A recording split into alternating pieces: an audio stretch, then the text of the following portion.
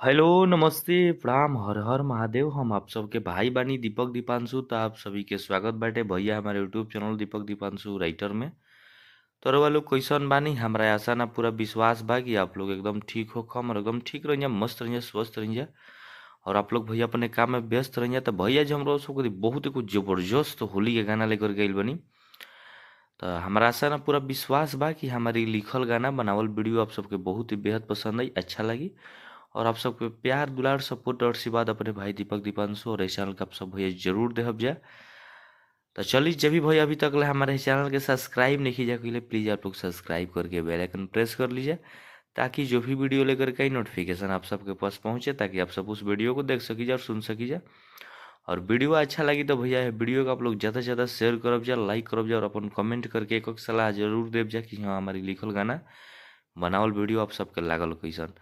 तो चलिए भैया आप सबसे तर्ज बता दी कि सरसों ला सारे यही ह विजय चौहान भैया के गाना पर ही गाना लाइल बानी। तो बहुत एकदम जबरदस्त गाना बाटे, एक गो बहुत प्यारा प्यारा शब्द डाल के बहुत एकदम तगड़ा मुखड़ा बनैले बानी भैया। तो चलिए आप सब पूरा है वीडियो में बोलल नहीं जा, ध्यान से देखब जा, ध्यान से सुनब जा, मैटर खुद समझ में आ जी। डिबेट गाना बाटे, पहले लड़का के लाइन बा फिर लड़की के लाइन बा। हाँ, और बता दी आप सबसे कि जे भी भैया लोग के हमसे पर्सनल गाना लिखवाए हो कि म्यूजिक बनवाए हो कि, तो भैया लोग हमारे नंबर पे संपर्क कर सकत नहीं, हमारी नंबर डिस्क्रिप्शन बॉक्स और वीडियो की स्क्रीन पर सभी जगह मिल जाए।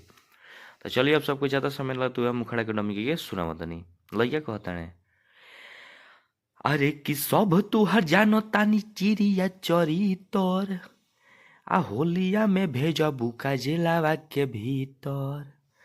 कि सब तुहर जानो तानी चिड़िया चरी तोर, आ होलिया में भेजबू का जिलावा के भीतर।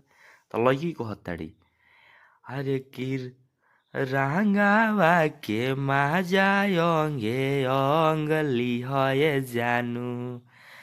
अरे खुशी खुशी खोल दे हम रंग लिहए जानू। अरे खुशी खुशी खोल दे हम तू रंग लिहए जानू।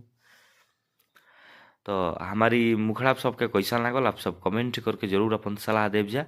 और ये हमारे लिखल गाना आप सबके पसंद आयल हुई तो भैया आप लोग वीडियो के और चैनल के और अपने भाई के जो आप लोग जरूर भैया सपोर्ट करब जा। चलिए, लव यू, धन्यवाद।